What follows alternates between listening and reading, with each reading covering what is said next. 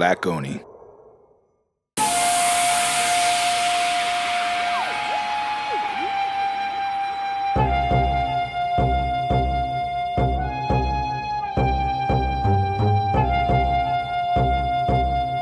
You're now listening to the Black Oni podcast.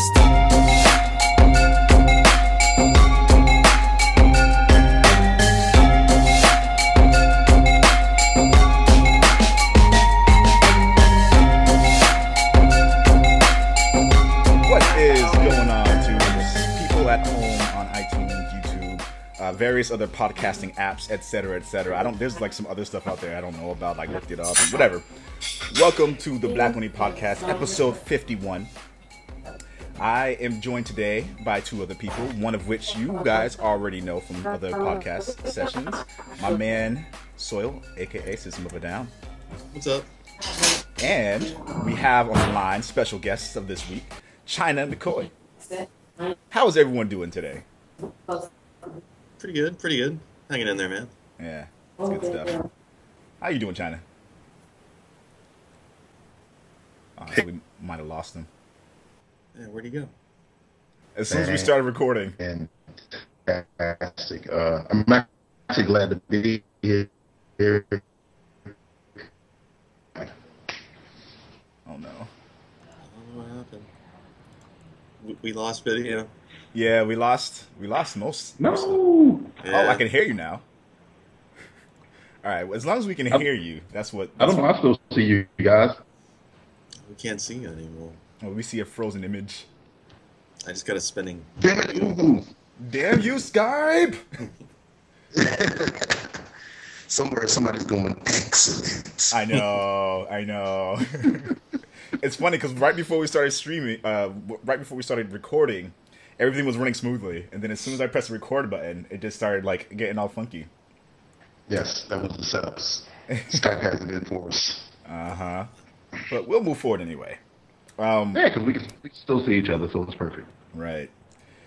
So, as our intro / icebreaker, the question I have for you guys is, what would your top game as a cross-platform game be? A cross-platform game? Cross-platform. So, like, what would... A cross-platform?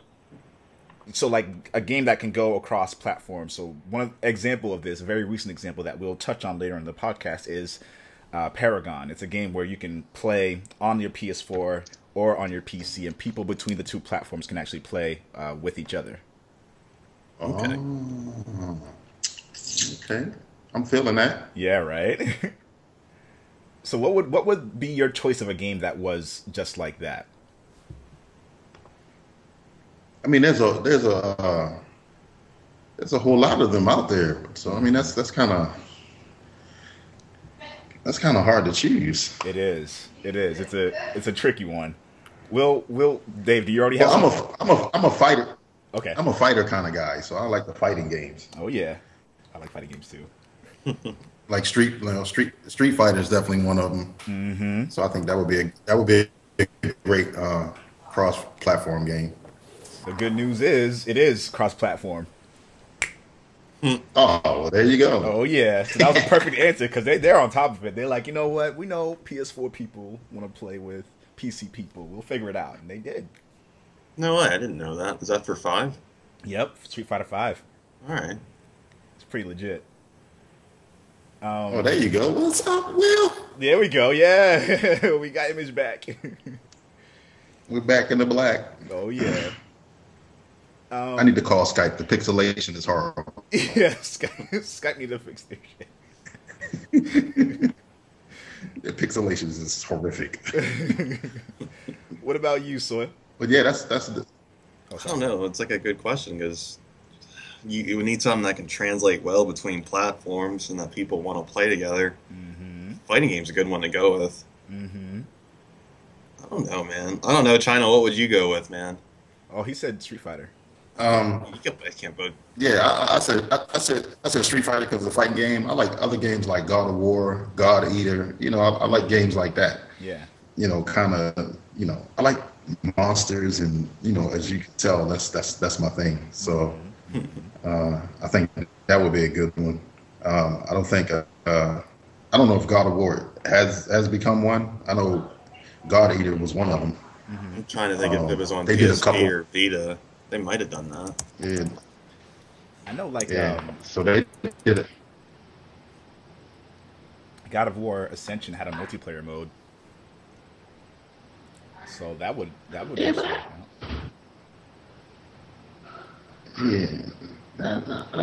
yeah, I haven't. I'm not sure. Let me check. Now that we're here talking about it, Right. I I guess mean, that I was don't know.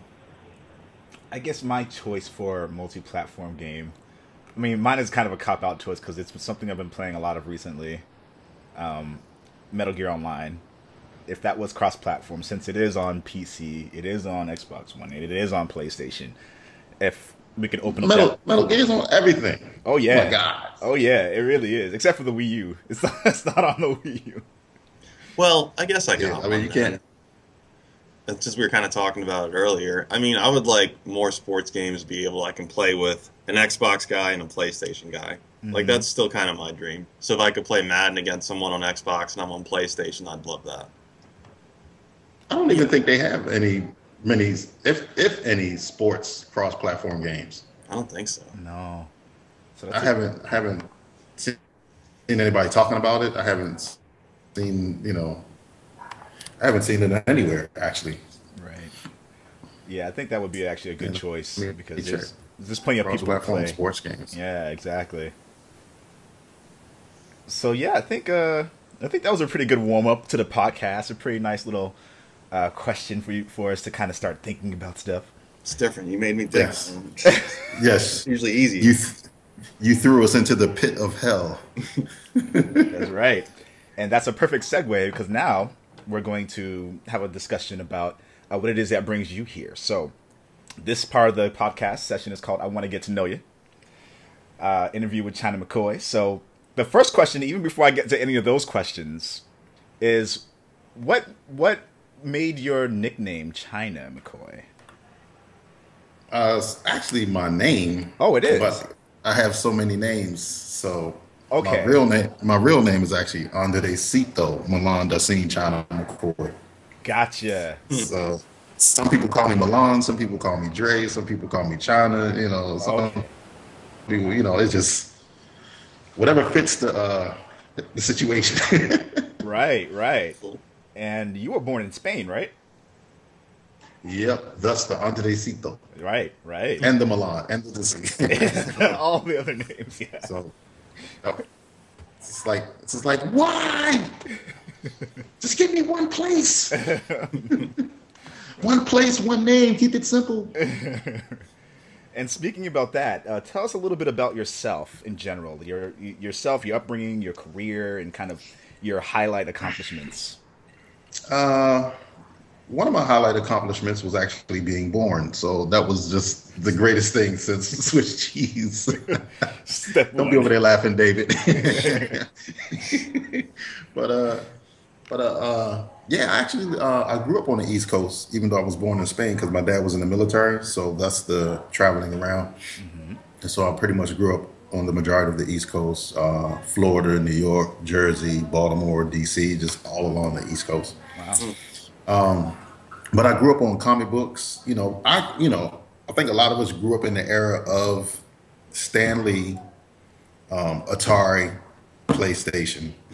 That was pretty much Neo Geo. You know what I mean? So we kind of we grew up in the era of the consoles. Dreamcast. We had Nintendo was just a box. Yep.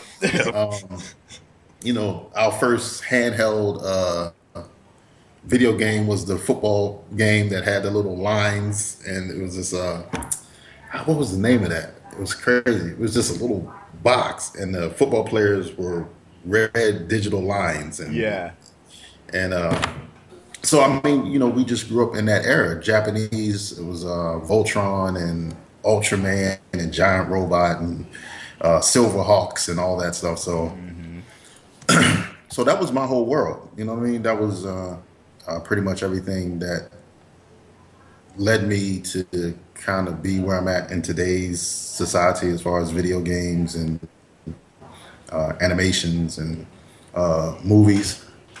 So I pretty much said, you know what, I'm gonna go to California and become an action movie star. And I packed up and came to California and started doing some extra work. And next thing you know, I ended up on The Matrix, and I'm doing the action fight stunt doubling for Morpheus. You know, so I'm jumping around and I'm punching, fighting, flipping, diving through walls and just ducking bullets, and you know, so it was great. So I think people would say The Matrix was my greatest accomplishment, but I think for me, my greatest accomplishment was leaving The Matrix to star in independent action movies. So to go from doing that to actually holding my own for an entire movie, you know, which is a big thing. It's hard to carry a movie. So Yes.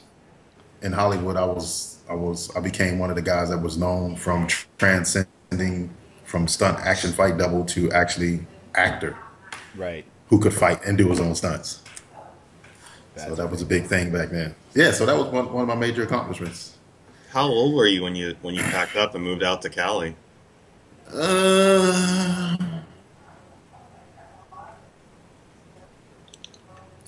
think I did that when I was in my 30s. Wow. I left everything behind, man. I had a townhouse. I had 2 cars. You know, I was doing pretty good, and it's a true story. I packed my bags, my duffel bag, and I opened the door and I looked back into the house, and I'm like, I'm out of here. And I left the door open with everything in the house, the beds, the TVs, the living room sets, the clothes. I just took what I thought I needed and walked down to the Greyhound bus and came to California, left everything behind. Wow, just like that. No yard sales, no hay, no nothing. Just, I'm gone. Y'all can have this. Wow. Yeah. Because in my mind, everything that I had there, I believe that I could have got when I got elsewhere. Right. So that was my thought process. Like, why would I need to pack all this to take it somewhere when I can just get there and just start all over, you know? So yeah, it was great. Yeah, that's pretty cool. So what kind of kickstarted your idea process on becoming an actor, getting into the industry in general, not just in terms of like acting as the full production, like, you know, carrying a movie or being a stunt double. What kickstarted that? My childhood. You know, growing up with underoos and all that stuff, and just, you know, wanting to be like Wolverine or the Hulk, or, you know what I mean, just wanted to be like, you know, a superhero. You know, it's like, and then you know, because on the East Coast, when you watch TV, for us, it was well, then you couldn't fathom you being a person that could be on TV, because you just thought, oh wow, these are what these people do, and they're just, you know, it's just like, it's not real to us. Yeah. But once I found, like, where do they do this stuff? Like, how do they make these movies? Like, where are these people actually are? Are these people actually real, or is this some sort of thing that they're stuck in the TV world, you know? And then once I found out it was a real place, I'm like, that's where I'm going, because that's who I am. So maybe you could say it was a calling. Yeah. You know? It was, you know how they say, get bit by the bug. So I think that was it. That's pretty cool. And what was, I don't want to specifically only say The Matrix, but that's the one that people at home will probably recognize the most. But what was your experience filming both The Matrix and your first movie that you've ever been in? What was that experience like? I'll say 2 things. When people say, wow, you were on The Matrix, it's like, wow, dude, you were on The Matrix. Like, wow, that must have been amazing. But when I look back on it, at that time, it was, for me, it was just like being on another movie set. Not being on The Matrix, because it was like, I was doing extra work, so I was on TV shows like Pacific Blue, VIP, with Pamela Anderson, Baywatch. I was doing stuff like that. Yeah. Strange Days, Mortal Kombat. Like, I was Mortal Kombat, yeah. Yeah, so I was on all those movies.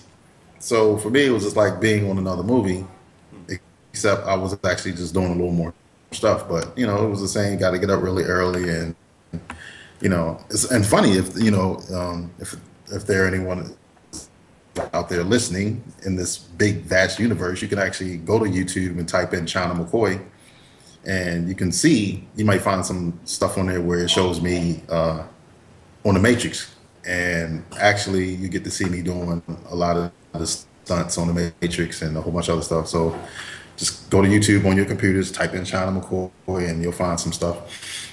But yeah, it was just it was an experience. But the greatest experience, like you had just pointed out, was starring in my own movie, because it was like, wow, someone came to me and actually asked me, hey, Chyna, you're the only guy that we know in Hollywood at this moment who can actually do martial arts, fight, and act. So I was kind of like, wow, well, thank you. Well, let me pop my collar here. So, so we're having a meeting in this restaurant. So let me cross my legs and sit back and so let's talk about this. But inside, I was like, yes. How am I going to do this? So inside, I'm like, how am I going to do this? Is this really happening? Is this for real? And outside, I guess, is this for real? Like, wow, okay. But I kept my composure, and sure enough, I did it. I held my own. And did my first movie. I was excited. That's so cool. And so, what was the name of the movie again, so people can know what to look for specifically? The first one was called Game Over. The next one I did was called TKO. Then I did another one called Project Purgatory. Yeah. So the cool thing is, got a lot of different things. It's not only that, but you don't understand the gravity is what I'm saying. And this is fascinating for me. You guys will probably be amazed about it, but every time I did a movie, I did it with a vast amount of people. But every time they turned the product in after it was done, they would give it to the producers and the heads of the studio at the time who was making the movie, and they would actually put me on the front cover of the box. So I was like, and I would get phone calls from producers and like, hey, Chyna, you should be happy today. Why? Well, they just took everybody off the box and put you on the front. What? It's me? Just you, man. This is awesome. The next thing you know, do another movie. Hey, Chyna, you should check your email. For what? See the cover of the box. Why I want to see the cover of the box? Because you're on the front cover. All right, cool. No, you are just you. Well, what happened to everyone else? Well, they like what you did in the movie, so they just wanted to stick you on the front cover. Again? Yes. So, I was all excited. So every time, I looked up, I was on the cover of a movie box. So that was hard to do back then. Yeah. So, even today, the last movie I did, which was in China, I got to be on the front of the, front cover of the movie box. So it's a great thing, man. I'm just trying to make my way in the world as an action movie star and a comic creator. Yeah, absolutely. And speaking about comic book creator, this is a great segue into the next question. What is Bein Legacy about? So me and you had a kind of offline conversation, kind of talking about it, learning a little bit about it. But I want the people at home to have a good understanding of what this comic book series is all about. Yeah, sorry about that, David. Yeah, me and Will was talking. I know he kind of snuck behind your back. I saw a picture of it. It looked pretty badass. I didn't know what it was.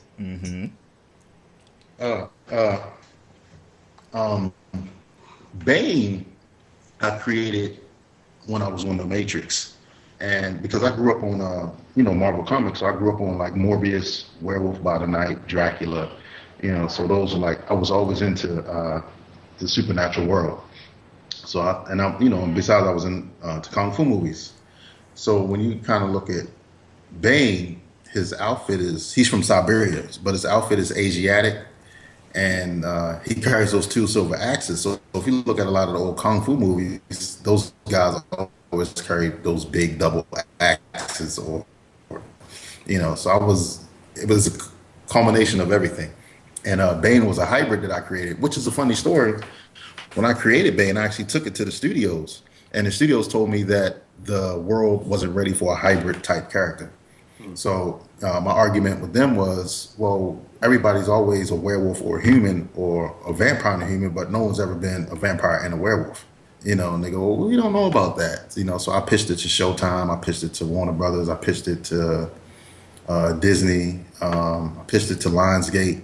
So I was actually having meetings with the studios, but they were just like, they weren't ready for something like that. And then, of course, a few years later, out comes Underworld, and I'm just like, what the? And Blade, yeah. And Blade. And it's funny because a lot of people always say, Bane and Blade are the same. And I'm like, well, how are they the same? And no one could ever tell me, like, how are they the same? He's black. So they would get, well, he's a vampire. And I'll go, he's a vampire. And then the second thing is, he's black. I'm like, okay, so I might as well say the Avengers are the same. You know what I mean? Well, how? Well, they're white.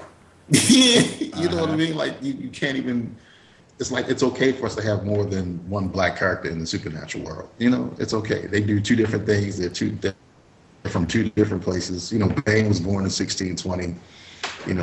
Blade wasn't that far back. Right.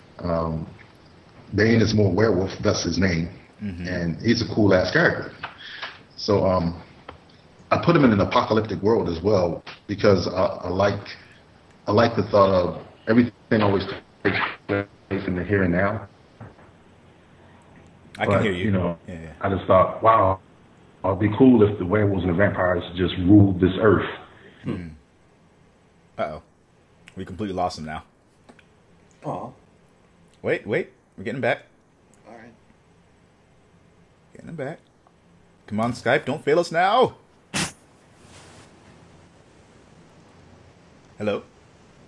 You there? Am I back?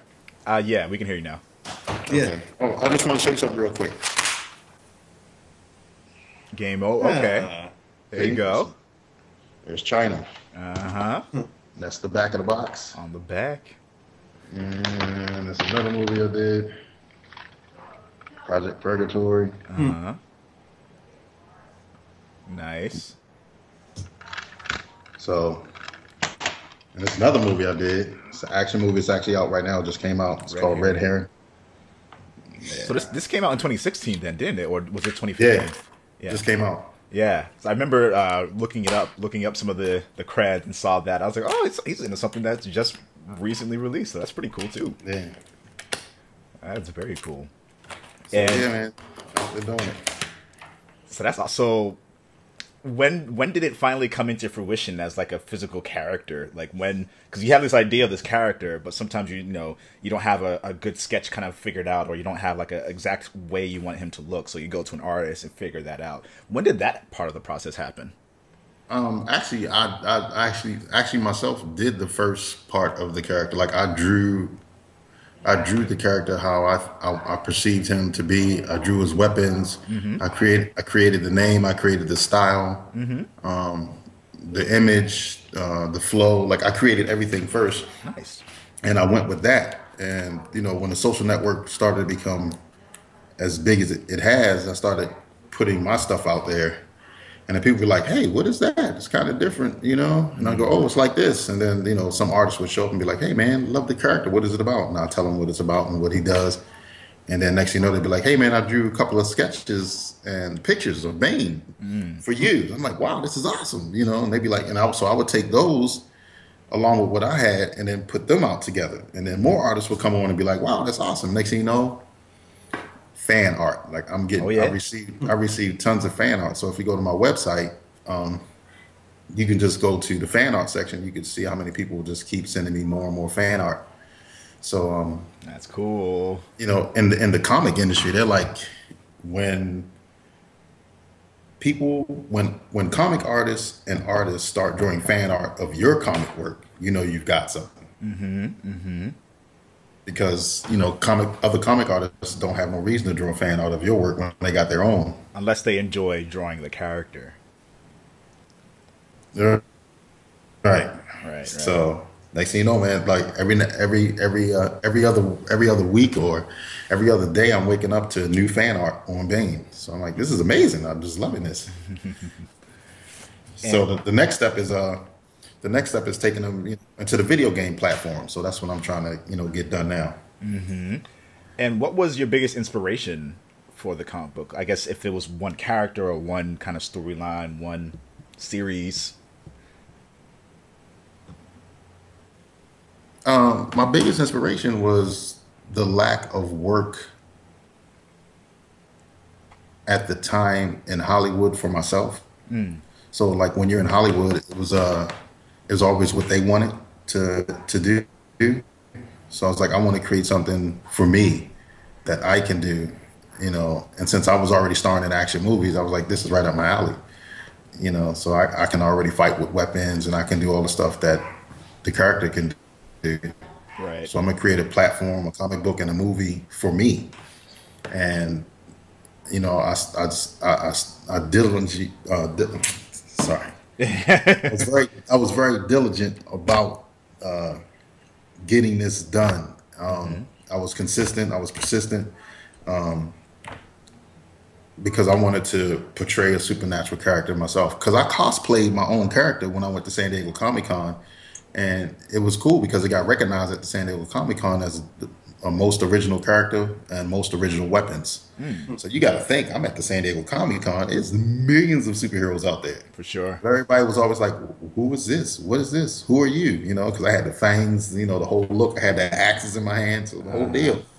So everybody wants to take pictures with Bane. I just thought, hey, this is great. So they just took to the character immediately. That is awesome. And people can check out pictures of that on your social media? Yeah, they can go to Bein Legacy Apocalypse on Facebook, or they can go to Bein Legacy apocalypse.weebly.com.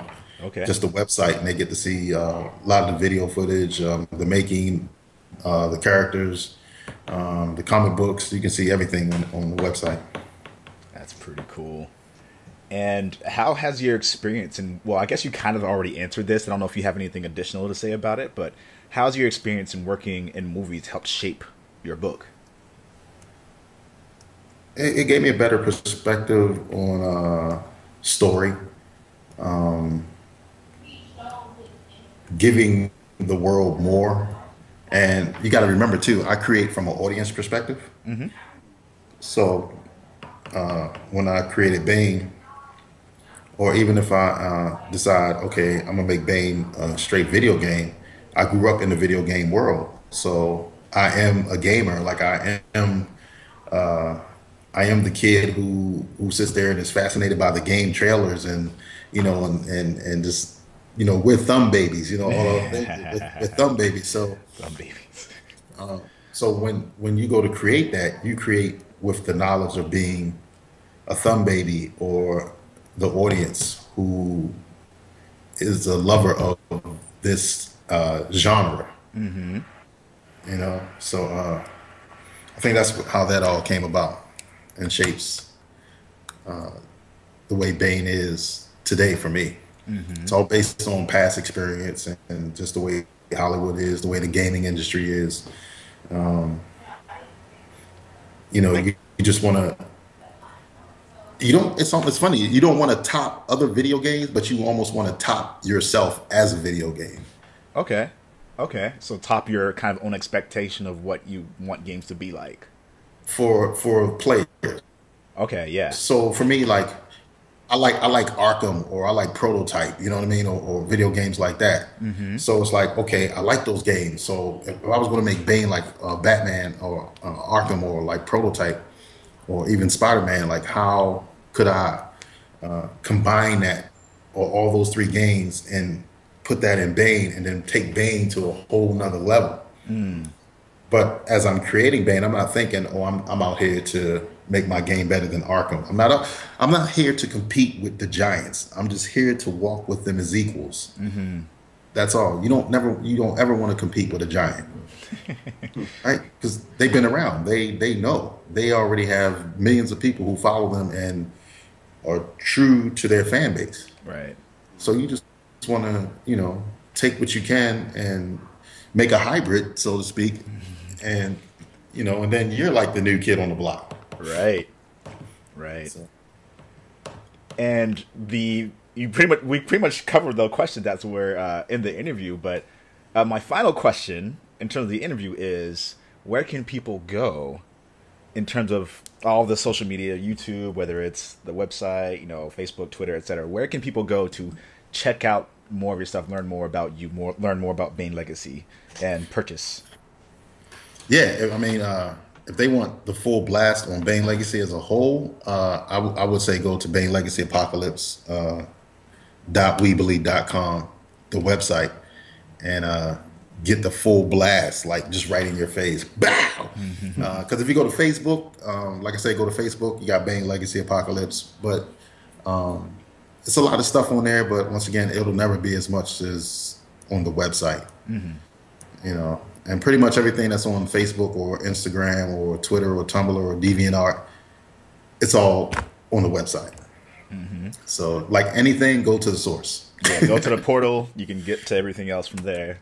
Yes, and then you get to see the other characters, because if you click on my website, if you go towards the end, like you click on investors, you get to see my characters like Tactical and Sightless, other characters, and Wolfpack, other characters that I created that I'm gonna bring out after Bane has solidified himself in the world. Right. Yeah, makes sense.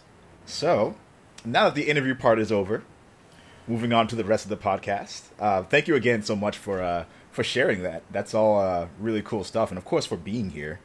We're happy to have you on the show. Appreciate it, man. I was like, oh man, I'm on a tight time schedule. I have to do this because Will's been working really hard to get me here, so I can't let him down. So I was like, if I gotta get Skype on my phone, we will have this interview. Damn it! That's awesome. So I'm glad to be here, man. I really appreciate it. For sure. I'm hoping that people at home are as excited as we are to learn more about Bein Legacy, check it out, and see the character evolve over time and incorporate the new characters. Yes.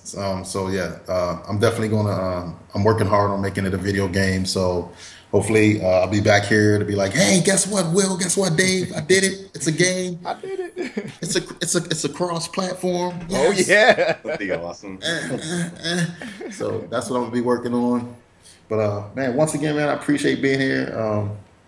It was definitely fun. Yeah, for sure. The missus is over here yelling at me, talking about, we have to go. Yeah, I heard that earlier, so that's why I was like, do you want to be in the rest of it? But I think you have to go. Yes. You know how women, they grab you by your neck and be like, get off the computer. It's like, yes, all right. It's like, okay, I'm sorry. Oh, God. Tell the missus we say hello. Yeah, I shall, very gently. Sweetheart, things, I don't want to hear it. Let's go. Shit. Yeah, man, but appreciate it. Awesome. Yeah, for sure. I mean, if you do have a few seconds, we can talk about like what you've been playing lately, and then if it's been anything. I know you've been really busy, as have many of us. I actually have. I really haven't had time to do anything, but my main focus has just been trying to get the Bane comic out. So, I mean, that's just been my main focus. I haven't, no video games, no nothing, just strictly like get this comic out. Yeah. That's it. And then I'm going straight to the, like I asked you about, start getting these developers together and to see what they can do with that, see what they can come up with and create something good. Right. Yeah, I'll reach out to a few people I know who are developing stuff now. I'll see if any of them have any kind of pull to make something like that happen, but yeah. Once you show them the website, I'm sure they'll be like, wow, this is cool. Maybe we could do something with that. So yeah, for sure, man. Let's see what happens. Absolutely. Dave's like, poor Chyna. No, I'm thinking of checking out the website, man, because it sounds really neat. Yeah. Yeah. Yeah, for sure. I already have it open as one of my tabs, so I can just click over to it there. Yeah. I'm just avoiding bright lights right now. Sorry, like I've been wiping my eyes. I've just been a little under the weather the last couple of days. No, I understand the vampire werewolf thing is slowly getting to you, so stuff must be dark around you. I'm looking at Will's room and it's all bright and happy, and I'm looking at Dave like I am seeking into the darkness. Yeah. He's like, hey, Will, Dave's like, I've been a little bit under the weather. Yeah, what they got to do with the lights out? Nothing. Bright lights, man. Bright lights. See, that's how it starts, Will, with the bright lights. Yeah, I know. I mean, I'm keeping myself protected. right now through the Yes, lights. keep the lights on because the next thing you know, man, your lights will go out. Next thing you know, I see Dave in your room talking about hello, Hello, Black Oni. about that sickness. Hey, look, it's funny if you look at Dave's window, you can see like the light is on the far right and it's creeping over towards him, and he keeps moving more to the left to wait for the light. Yo, the real Oh my talk. god. That's awesome. Oh man, I enjoyed you guys for real, man. It's awesome. Yeah, me too. Me too. It was a lot of fun. Yeah. So spread the word, man. Spread the website.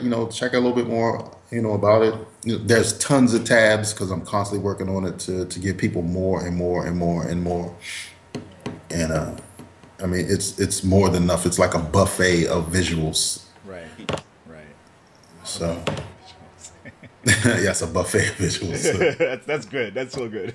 Yeah, I'm about to throw that on my Facebook. Who's ready for a buffet of visuals? Yeah. That's awesome. So have you heard anything about Firewatch or Far Cry Primal or The Witness? Those have been recent releases, and there's a few other ones out there as well. But for the sake of, I guess, timing, these are the kind of the ones I wanted to highlight for you guys. No, but now that you mentioned it, I'm gonna keep an eye out for those. Mm-hmm. Yeah, What I'm gonna about? have to. Go ahead. No, I was just saying, yeah, I'm gonna have to keep an eye out for those. What about you, Dave? Which ones again? So, unbeknownst to me, I had no idea Far Cry Primal was so close to release. Yeah, it's this month. Yeah, whoa, Yeah. I had no idea. There's Firewatch. Which is next Tuesday. I think so, yeah. The Witness, which just released, Which just came out. Yeah, what, last week? I think so. Are there any other ones that you saw around that were releasing soon? There's Naruto, like Ultimate Ninja Storm, that's coming shortly, right? And of course, it's Street Fighter V, which I'm incredibly excited for, but we're not gonna go there right now. Trying to think of the other one that just came out recently because I almost bought it. It came out like right around the same time as The Witness. It was on PC before. What was it? I want to say This War of Mine or War of Oh Mine. yeah, totally. Yeah, my eye's been on that one too. Yeah, a couple people came in on my broadcast a couple of times. They were like, "Did you get this War of Mine? Did you get it?" I'm like, "Dude, no, I'm playing something else right now." Yeah, the Far Cry Primal looks good. Yeah, it So, does. well, liking this. This is pretty tight. Far Cry Primal. Oh, this is nice. What's this trailer? Let me check it. Beat it or not? Oh, good. Sorry about that. No worries, man. Yeah. So yeah, there's a couple of releases that are. There's probably more releases in this February than there were last February. So I find that pretty interesting. Well, I mean, I think the releases are always going to increase because, from the days of 2000 and the 90s, video gaming has increased immensely. Yes. And it just keeps growing and growing. So, what do you call it? The nerd center or the nucleus, rules the world now. Like, Oh yeah, for sure. so I think now every video game company are working, hard to increase not only video game sales, but the amount of content that's coming out. Right. They have So, to stay competitive at this point. yes, Yeah. at this rate, it's all about being competitive and keeping up with, because every generation is thinking twice as fast as the last generation, so they have to keep the upgrades and everything. They have to be on top of it 24/7. So, on to the other gaming news. There's a game that Dave actually brought to my attention, I believe, a game called Little Devil Inside. And Oh yeah. that game looks incredible. Incredible. I cannot wait to play it. What was the thing that kind of brought you over the edge that made you decide you wanted to get it too? Oh man, I just stumbled across a trailer for that game, just like this indie title just for PS4, and I'm like, what is this? And it just kind of just took me in when I watched it. And upon reading it further, I found it's a hack and slash game too, and I'm like, no way. That seems like more like an RPG or a JRPG. Yeah. It looked really cool. Yeah, it's got like a really beautiful, simple art style. The animation's very fluid and silky. Once I saw it, I saw the pictures. I was like, all right, this is kind of like an adventure going around. But I saw the trailer, saw the exploration, saw the combat. I was like, oh, this is cool.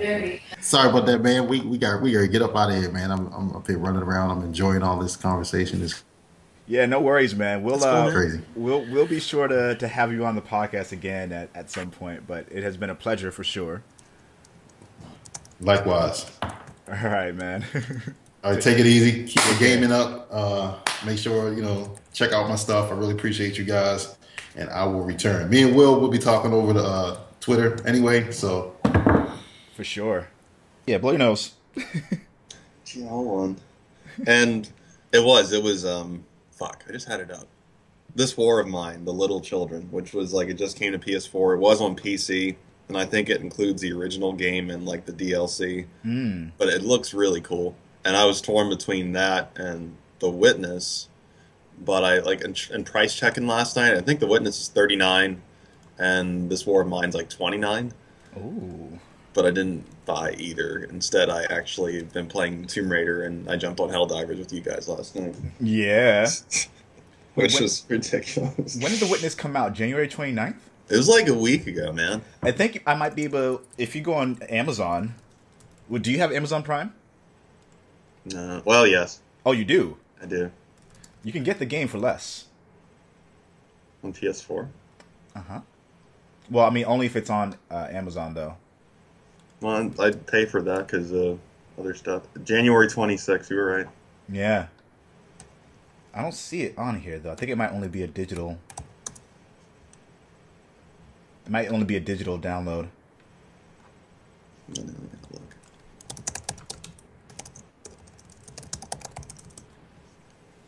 Yeah, I don't see it on here at all. Oh, yeah, that's right. That's also like fun fact, if you're looking on Amazon, the first thing that comes up is the Harrison Ford movie, The Witness, from like 1985. And my mom used to own that on VHS, so I know this movie is about... I believe it's a murder or a crime, and Harrison Ford has to go undercover as an Amish person, and he learns their ways, and he builds barns, and he actually gets really attached to community and everything, and it's a total feel-good movie. Yeah. What? What in the world? Random as fuck. Okay. That's awesome. But yeah, what? So this, what have you been playing? Because we've been rocking out yesterday on Helldivers, and that was hilarious, by the way. It's like reaching over here so I can look. Yeah, I finally got everyone on Helldivers since they released it for free, which is pretty cool. Yeah. Yeah, I'm that glancing was, real quick. that Oh was- yeah, that's right. Square Enix ran like a... That's better. Yeah, Square did like a recent price drop. They had like stuff at 75% off, so I picked up Tomb Raider Definitive Edition for like $750. Really? Yeah. Is it still going on? I don't think so. Fuck. Sorry. That's a good price. It was like marked down like that much. I'm like, I can't say no to You that. can't not get it. Especially because I trophy checked real quick. I was like, did I beat this yet? Because I killed it on PS3, but I never got the PS4 version, and I didn't. I'm looking for you. Yeah, I didn't get the Platinum Trophy on PS3, but I almost got the Platinum on that. But yeah, that game, I still regard that as one of the best games to come out last generation. Like, so good. And the fact that Rise of the Tomb Raider, I still didn't get it, but the biggest reason why I didn't get it, aside from like wanting to play it on PlayStation, was because like I already have too many other things I'm playing right now. Getting it now wouldn't really do anything for me. Yeah, and I only picked it up because it was so cheap, the original, and I'm still waiting on the fucking sequel, but I'll leave it alone today. I was pissed about that last cast. Yeah, you are. What else have you been playing? So it's Helldivers, Tomb Raider, Rocksmith, like always. Mm-hmm. Man.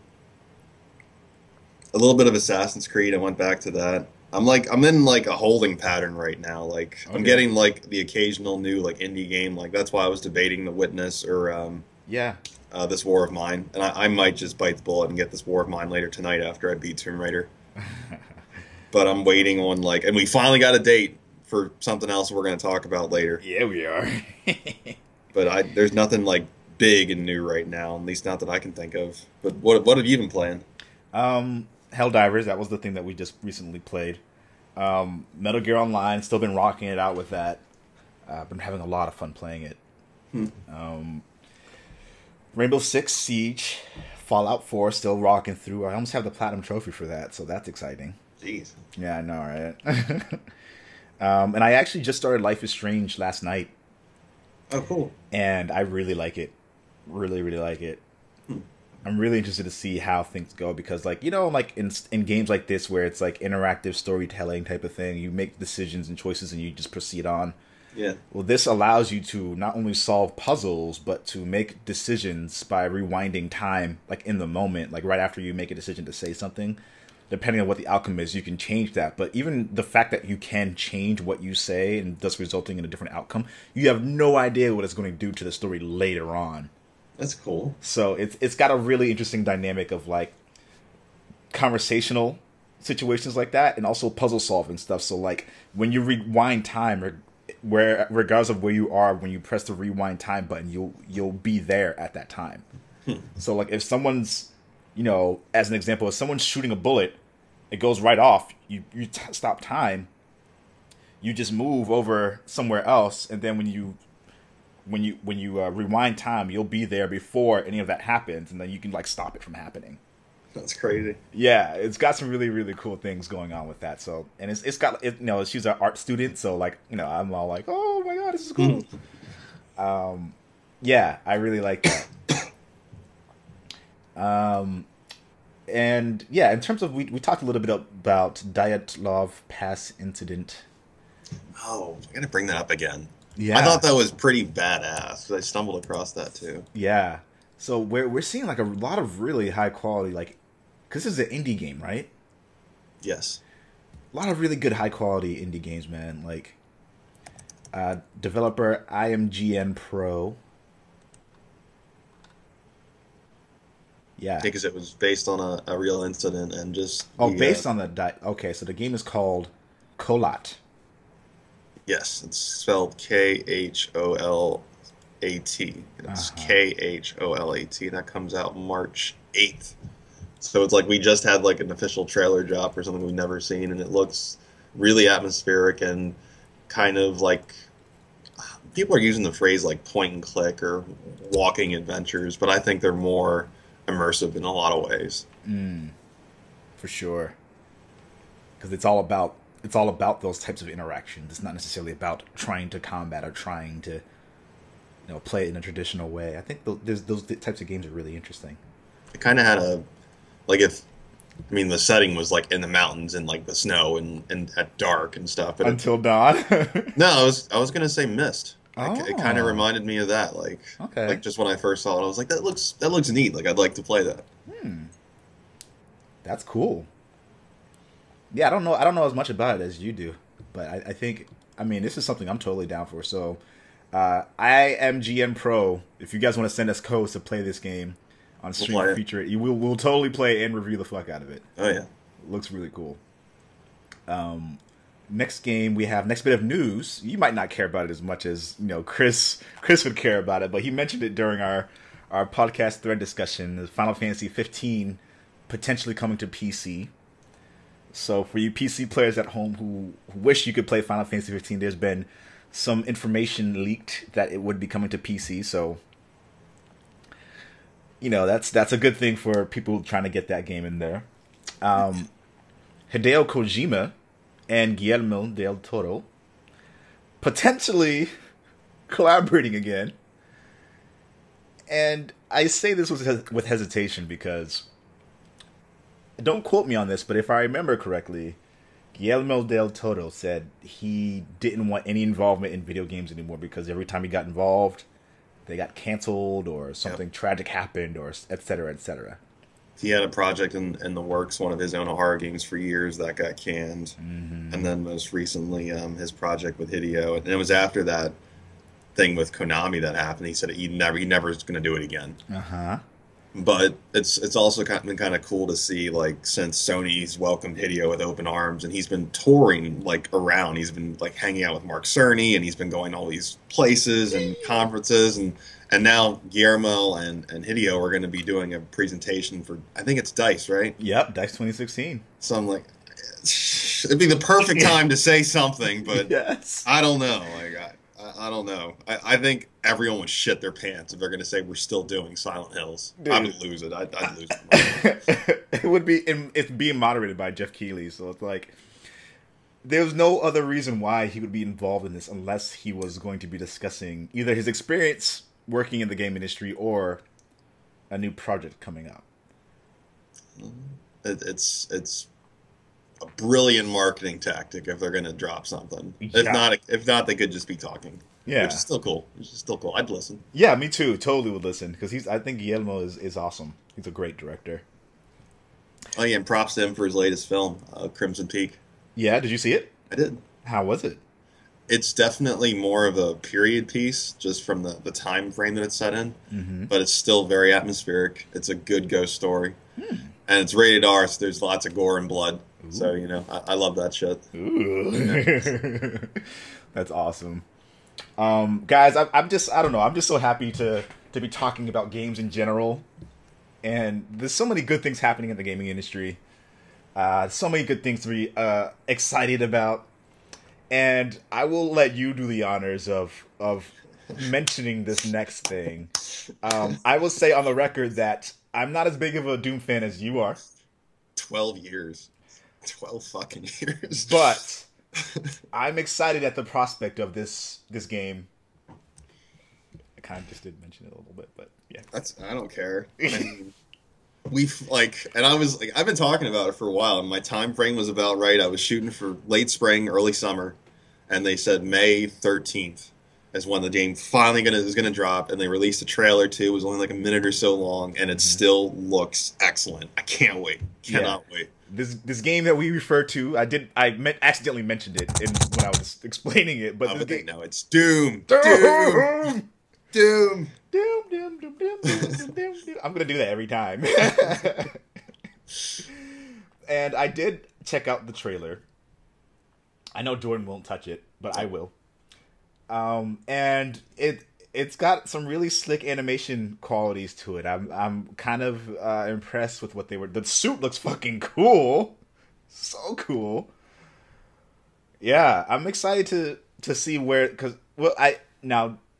I'm pretty sure this is the same game. Did I see the character rip off the arms of one of the creatures or humans and then beat them with it? Yes. Okay, just making sure I saw that. Because I also saw a Fallout mod that did the same thing, which was hilarious. I've been pouring through online comments too to see how users are reacting to it. And I didn't even make it. I'm just curious, what does everyone else think? Yeah. And a couple things I picked out were they're hoping that they don't get stale. They don't want it to just be a QTE kind of mess where you pull off a limb or tear an arm off, and they're all optional from what I'm hearing. So you can just blow away everyone, or every once in a while do something crazy like they showed in the promo. Yeah, option is good. And the other cool thing I heard was people were worried about speed, how fast it moves online. And people that have played the alphas that they put up, specifically X-Bone people that I was reading. And the one guy said he played the alpha for a bit, and then he went back to Halo 5, and it was so much slower. It took him a while to adjust, and I'm like, that's a good sign. Yeah. That means we're on the right path, because we want it to feel Quake-ish or Unreal-like. We want it to go fast. So I'm hearing lots of good things already. Did I hear a rumor as well that Unreal was making a return? Maybe. I mean, I heard that a little bit ago, I think, but I haven't heard word since that rumor, I guess. Yeah. I remember I watched a video, but I don't remember what the timestamp on the video was, how long ago it was, but I remember someone mentioned it, and I was like, wait a minute. We have Paragon coming from Epic. Yep. And I think they might be working on another game that's a little bit different, but real. And speaking of Paragon, I'm still pretty excited about Paragon. I think more games that allow you to play cross-platform at the same time are great. But this one also allows you to, if you're playing on PS4, but you also want to play on PC, it's cross progression as well. That's neat. Yeah. So it's all cloud based. So whenever you log into the server, it's just ready to go. Fucking cool. So developers, if you're listening to this, the more games that do that, the better. Give us all more options, because at some point, games, especially if they're multiplayer heavy, their multiplayer community can die out as people move on to other games. So if there are as many people around as possible to continue playing the game, that means you'll have a really active and live community. So that's the biggest reason why I like cross-platform is because there's always going to be someone to play with, And we'll move on to the hot topics. Now, I don't know if there's something that you'd like to incorporate into the hot topics. If there is, there's one. Yes, there's one. I mentioned it briefly. It was not on our agenda, and it's like a 12-minute video, so I understand why people didn't watch it. Okay. But I linked it again because they just started their Kickstarter campaign, and I'm all about like a Kickstarter if it looks like legit. And since we're on this trend recently, this other horror game coming out. It's called Visage. It's Visage. Yeah. And it was like a 12-minute like alpha demonstration. I'm like, okay, I'll watch this. And this one was very PT-esque. Like, I'm sitting there like, and I'm actually watching this at work, so I'm like, all right, I got the headphones cranked up here. And I have to keep pausing it because I'm like, I can't freak out at work. And there are a couple moments that just really got to me. Yeah. And to throw this in there too, since I just love the game, I love the series, and I love when people can do it right. As the demo progressed, it straight up felt like a moment out of Silent Hill. Dude, like the visuals on this are so good. Like there was this, I don't want to ruin it, but something happened, and all of a sudden I was just, like, he's looking around and like, this feels eerily familiar right now, and it was creepy. But like I don't even know if it'll see the light of day. Like they just started the Kickstarter for it. I'm gonna tell you now. I'm looking at the Kickstarter right now. It's got about 532 backers. It's got 34 days to go, so it's fresh, just started essentially, and it's already a little bit over half of their goal. Nice, it's great to hear. I'm just looking at the visuals right now. I'm just gonna read this for you guys at home. The trailer is best seen on YouTube. Go take a look at the HD version right here. Environment. The game will be set inside a huge house in which terrible things have happened. You'll wander through the gloomy corridors, explore every dead room, and get lost in its endless mazes, your head filling with memories of the dead families that once lived in this very home. This twisted environment, void of any life other than yours, will take you to places you couldn't even bear imagining. Yeah, it looks good. Sounds great too. Yeah, so I like scary games. I have a hard time playing them a lot because they're fucking scary. But this is something that I'm pretty sure my people on stream and on YouTube would appreciate seeing and appreciate playing too. This looks like something interesting. So for $20, no, not even $14 US, you get a digital console version of the game on PS4 or Xbox One. So, granted that it's anywhere near as good as the PT demo, which you cannot get anymore. I changed out my hard drive. Oh, it sucks. I know, and I had it on my hard drive before, but I changed hard drives and it doesn't let you just transfer stuff over. You have to re-download everything. Couldn't download it. So sad. Sorry. We'll still get other games. Yeah. But this is cool. This is cool. So there's another Kickstarter project for you guys at home to check out. Nice little plug for them. Yeah. Is there anything else that you'd like to? All right. And my question to you, to everyone at home, actually, whether you're listening on iTunes or YouTube, is, did you expect The Witness to sell as well as it apparently did? So I'm going to... Yeah, I'm curious of official numbers because I remember reading about that too. Yeah, let me click on a link again and then. So this is kind of fun sales facts from Jonathan Blow, the creator of The Witness. I don't want to read the entire thing, but let me just see if I can read So The Witness has now been on sale for a week, so it seems like a good time to post a financial summary. Often, independent developers find these kinds of numbers useful in making their own plans, and the general public can find them interesting too. So granted, this is a PS4 and PC exclusive game. Finally, I want to make clear that we did not make this game in order to make money. We were trying to build a beautiful, interesting, intricate thing, first and foremost. The money just helps us stay in business in order to build new things. It is very easy on the internet to read a financial posting like this cynically, so I urge folks out there not to do that. They delayed it more than once, didn't they? Oh yeah. The Witness has totaled over $5 million gross revenue in the first week. It has sold substantially more than 100,000 units. It's like, all right. Yeah. Well, I got another follow-up question then. Yeah, so... Like, what was their budget? That's a great question. That is a wonderful question. Of course, again, if you Google that, The Witness budget, you come up with the Harrison Ford movie from 1985. That's the $12 million budget. So be careful when you Google that. Because okay, so here it is. I see something on the same article. So the game is doing great. This doesn't mean that we've broken even on our development costs yet. Okay. Because our development budget was so high, $5 million in revenue was not enough to recover it yet. Because we split that revenue with the storefronts, we have to subtract that in Europe, etc. However, it's looking like as time goes on, we should break even and make a comfortable safety margin on top of that, which will allow us to make more nice games in the future, unless some kind of world economic disaster happens. Now, here's the thing, right? Like, I've heard universal praise about the game. You know, most people, if not all people who have played the game, has kind of walked away from it enlightened in some way. Yeah. And, you know, when they first announced the game and talked about it, I was just like, you know, whatever, man. It's a puzzle game. It's a puzzle game, that's what I said. It's a first-person puzzle game, like, not a big deal, but right.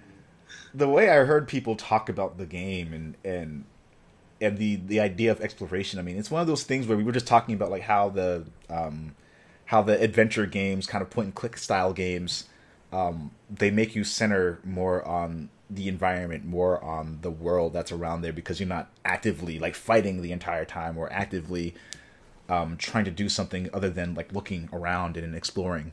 Mm. So I think that kind of mentality really benefits a game like this, where it's really all about the exploration and about the puzzles. So, you know, they're not all just like a puzzle, like going like in lines and stuff like that. Some of them are kind of like, you know, environmental puzzles as well. Yeah. I didn't expect it to sell as well as it did on its first week, though. I mean, I didn't expect it to sell that well, but I expected it to sell well. Yeah. The hype was real. The wait was a long time. Yeah. It was a particular console exclusive, especially from a guy that people know and enjoy his work. So, like, everyone was paying attention. So it's like, I didn't expect it to sell like that well, but I expected it to make some money. Right. That's understandable too. And one of the other points I wanted to make about this, why I mentioned it at all, is because, you know, it's so good to know that there's different types of games that can coexist and still do well. Like, I remember there was a time in gaming where there were really only certain types of games that were selling really well. It was the Halos, it was the Call of Duties, it was the games that were centered on those types of experiences. Whereas now, like, there's so many different experiences that people can enjoy. You know, different consoles, different genres. Yeah, I think it's pretty cool. Ease of availability too. I think it didn't shock me as much because of like more recently, even though it was like a remastered again. But when Resident Evil came out again on next gen, and it just sold like hotcakes. Really? That's also what people really wanted. Yeah, I think it did pretty well commercially. Yeah, I believe it. I still haven't picked it up myself, though. I probably should. Like, now I'm like curious too. Like, how much did they make? Yeah, I might download that shit right now. 'Cause now that I'm thinking about it, I haven't played that in a long time. Well, actually, first let me look at Tomb Raider Digital Edition. I can't see the price anymore because I bought it. It's true. You bought it digitally, right? Yeah. I could just check on mine instead of on my phone. It's taking a little longer than I want. Like, I know they just did it. And I wasn't talking Zero. I was talking the original, because I know Zero just dropped. Oh, that's what I was talking about. Yeah. No, the first one. So the remaster of the first one you're talking about, right? Yeah. Did you pick that up? Yes. Yeah? How is it? It's excellent. Yeah. It's just like when they did it for GameCube, just on my PlayStation. But it was still awesome to go through again. I still haven't played that GameCube version, so I probably should. I probably should buy that game, huh? It's still a classic. And I saw, speaking of games that are on sale, I saw Star Wars Battlefront was on sale for $30. I saw it and I clicked away.